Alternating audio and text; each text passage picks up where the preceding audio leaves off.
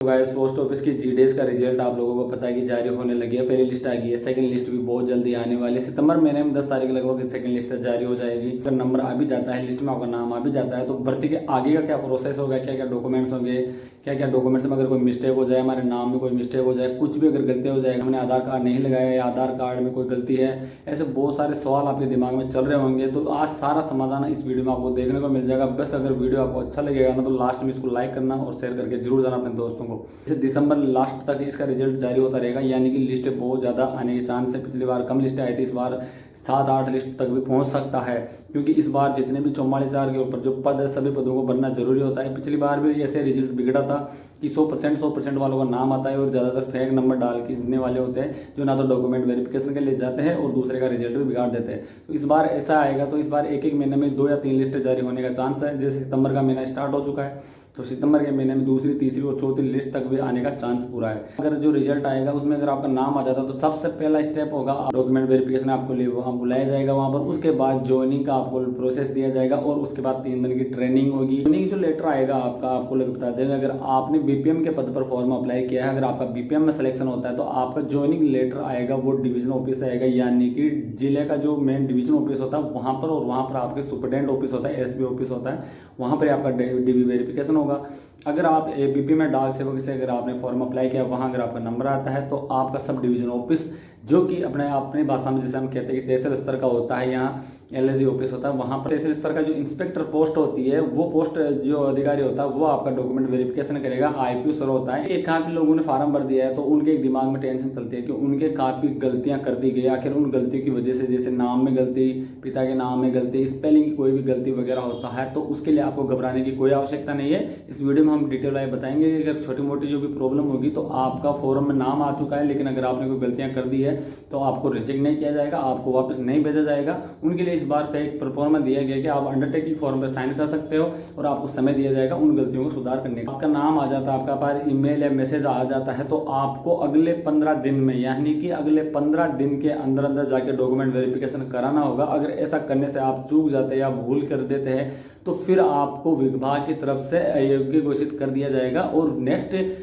Waiting वाले को बुला लिया जाएगा, फिर आप उसके लिए पात्र नहीं होंगे। इस चीज़ का विशेष ध्यान रखना कि जब भी मेल और मैसेज आ जाए, उसके 15 दिन के अंदर अंदर आपको डॉक्यूमेंट वेरिफिकेशन के लिए जाना ही होगा। अपने डॉक्यूमेंट्स को सभी को साथ लेके, जहां भी आपका वहां पर नाम आएगा, मेल पर मैसेज आप चेक कर सकते हो, वहां पर आपको ऑफिस का नाम सब कुछ आपके मेल और मैसेज पर आ जाएगा। डॉक्यूमेंट्स आकर हमको लेके क्या क्या जाना है, तो सबसे मेन मैं बता दूं कि आपको होती है मार्कशीट, यानी कि 10वीं क्लास की ओरिजिनल मार्कशीट लेके जाना है। उसकी 2 फोटोकॉपी लेके जाना, सेल्फ स्टेट होनी चाहिए फोटोकॉपी। आइडेंटिटी कार्ड लेके जाना, आइडेंटिटी कार्ड में आप आधार कार्ड या ड्राइविंग लाइसेंस जो भी कुछ है आपके पास वो लेके जाना। पैन कार्ड भी अगर हो अवेलेबल तो वो भी लेके जाना है। पत्र जैसे ईडब्ल्यूएस वाला का हो, तो जितना हो सके आप लेटेस्ट लेके जाने की कोशिश करना। ईडब्ल्यूएस का, पीडब्ल्यूडी का, इनका सबका आपको कास्ट सर्टिफिकेट लेके जाना होगा। अगर एससी/एसटी से बिलोंग करते हो तो उसका भी आपको कास्ट सर्टिफिकेट ले जाना जरूरी है। ट्रांसजेंडर सर्टिफिकेट, अगर आप ट्रांसजेंडर से बिलोंग करते हैं तो आपको उसका सर्टिफिकेट भी ले जाना होगा। अब मेन होती है कि डेट ऑफ बर्थ का प्रूफ लेके जाना है, तो उसको लिए आपको अलग से कोई जन्म प्रमाण पत्र की इनकी आवश्यकता नहीं है, क्योंकि आपकी जो मार्कशीट है उसके अंदर आपकी डेट ऑफ बर्थ होती है और वो एक वैध प्रमाण पत्र होता है आपकी डेट ऑफ बर्थ का।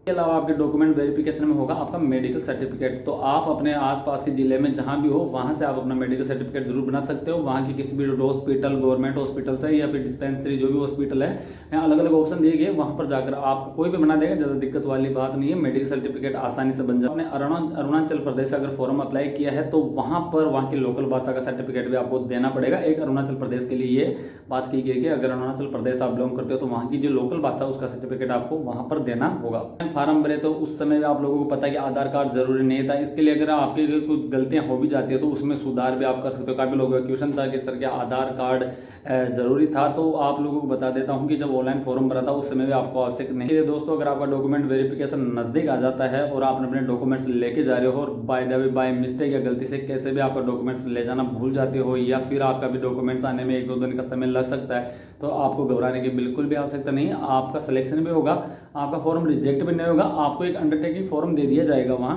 उस अंडरटेकिंग फॉर्म को भर को आपको साइन करना होगा और आपको 15 दिन के भीतर, यानी कि आपका जो भी अगर कोई डॉक्यूमेंट छूट गया है, बाकी रह गया है, तो वो 15 दिन में आपको वहाँ जाके सबमिट कराना होगा। तो एक 15 दिन की आपको छूट मिल जाएगी, 15 दिन के अंदर आपको वो डॉक्यूमेंट्स वहाँ लेके जाना होगा। मैच में क्या होता है कि आप लोगों ने फार्म में कुछ नाम अलग लिख दिया गया हो और रिजल्ट में आपके जो ओरिजिनल डॉक्यूमेंट्स है उनमें नाम अलग आ रहा हो, ऐसे छोटे मोटे मिस मैच के, मिस स्पेलिंग के कुछ जो भी दिक्कत है, तो उसमें भी आपको घबराने की कोई आवश्यकता नहीं। देखिए, जैसे कि आपने अगर फॉर्म अप्लाई किया है, अपना नाम, जैसे उदाहरण के लिए जैसे किसी का रामलाल है, तो राम और लाल के बीच में अगर आधार कार्ड में स्पेस है और अगर आपके वहां पर आपने फॉर्म में रामलाल स्पेस नहीं दिया, तो ऐसी दिक्कतों के लिए भी आपको कोई दिक्कत नहीं है, वहां पर भी आप अंडरटेकिंग फॉर्म पर साइन कर देंगे तो कोई दिक्कत वाली बात नहीं है। ये छोटी मोटी कुछ गलतियां हैं, जैसे कि होती है वो देवी लगाती है और फॉर्म में आपने अगर देवी नहीं लगाया, तो ऐसे लोग ऐसे चीजों को भी नजरअंदाज कर दिया जाएगा, क्योंकि वो आपका ओरिजिनल डॉक्यूमेंट्स देख लेंगे। फादर नेम, मदर नेम, अगर इनमें छोटी मोटी कुछ विसंगतियां होगी, जैसे कि अपने पिताजी के नाम के सरनेम लगाते हैं, वैसे अगर छोटी मोटी कोई चीज होगी तो उस पर भी इतना आपको दिक्कत लेने की आवश्यकता नहीं है। लिंग डबल हो जाते हैं, जैसे राकेश डबल हो जाते हैं, उसमें भी आपको दिक्कत लेने की आवश्यकता नहीं है। ऐसे कुछ पॉइंट है, अगर छोटी मोटी जो अगर गलतियां होगी है उसमें कोई दिक्कत नहीं होगी। अंडरटेकिंग फॉर्म नंबर अंडरटेकिंग 4 आपसे वहां साइन करवा लिया जाएगा और वो उससे आपका काम हो जाएगा, आपको डॉक्यूमेंट वेरिफिकेशन से बाहर नहीं निकालेंगे। अब गाइस बात होती है, जब आपने डॉक्यूमेंट जमा करा दिए हैं तो सबसे पहले स्टेप बाय स्टेप में आपको क्या है, अपने डॉक्यूमेंट्स को जमा कराना होगा। उसके बाद आपका डॉक्यूमेंट फिजिकली वेरिफिकेशन होगा, ठीक। उसके बाद आपकी मार्कशीट वेरीफाई होगी, जो कि आपकी 10th क्लास की जो मार्कशीट है वो वेरीफाई होगी। और इस बार जो वेरिफिकेशन है, जो डॉक्यूमेंट वेरिफिकेशन का काम है, वो थोड़ा हाई लेवल सिक्योरिटी से होगा। तो आप ये दिक्कत बिल्कुल ही मत लेना, जिन्होंने फेक मारा डाले हैं वो तो जाएंगे नहीं, लेकिन कोई फर्जी वाला भी होगा तो उनका तो सिलेक्शन होना ही नहीं इस बार, ठीक है। बिल्कुल पहले भी नहीं होता था, इस बार और भी ज़्यादा सख्ती है, तो रिजल्ट काफ़ी लंबा आता रहेगा, क्योंकि फेक मार्क बहुत ज़्यादा लोगों ने डाले हैं और फेक मार्कशीट वाले वगैरह स्टूडेंट उनका भी नंबर नहीं आने वाला है। तो काफ़ी आप धैर्य रखिए, जितनी भी लिस्ट निकलेगी, जिनकी कम परसेंटेज है उन लोगों का भी इस बार सिलेक्शन होने का काफ़ी ज़्यादा चांसेज है और काफ़ी समय तक 4 महीने तक रिजल्ट निकलेगा। तो देख लीजिएगा कि ऑल इंडिया से 44,000 लोगों को, बहुत बड़ी भर्ती है ये, कोई छोटी भर्ती नहीं है, ठीक है।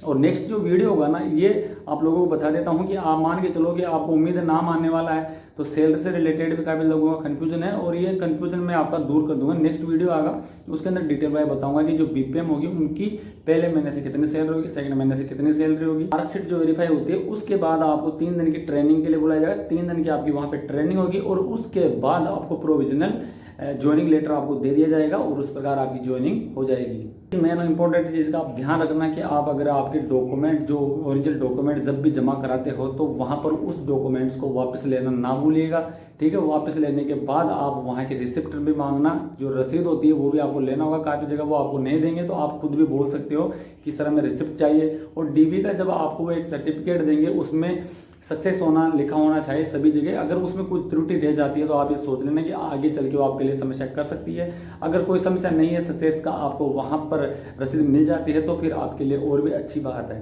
तो अगर ये वीडियो कैसा लगा दोस्तों, स्टेप बाय स्टेप मैंने बता दिया है, ऐसा ही लगभग प्रोसेस रहेगा आपका, कोई ज़्यादा भारी प्रोसेस नहीं है। और काफ़ी लोगों का सवाल था कि मेरे कुछ ऐसी मिस्टेक हो गई है नाम की, स्पेलिंग की, तो ऐसी कोई चीज़ नहीं है। अगर कुछ चीज़ें की प्रॉब्लम भी रहेगी तो आपको अंडरटेकिंग में साइन करवा लिया जाएगा।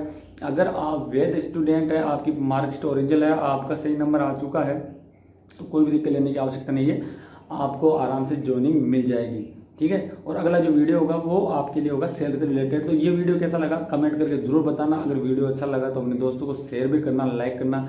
मिलते हैं नेक्स्ट वीडियो में, तब तक के लिए बाय।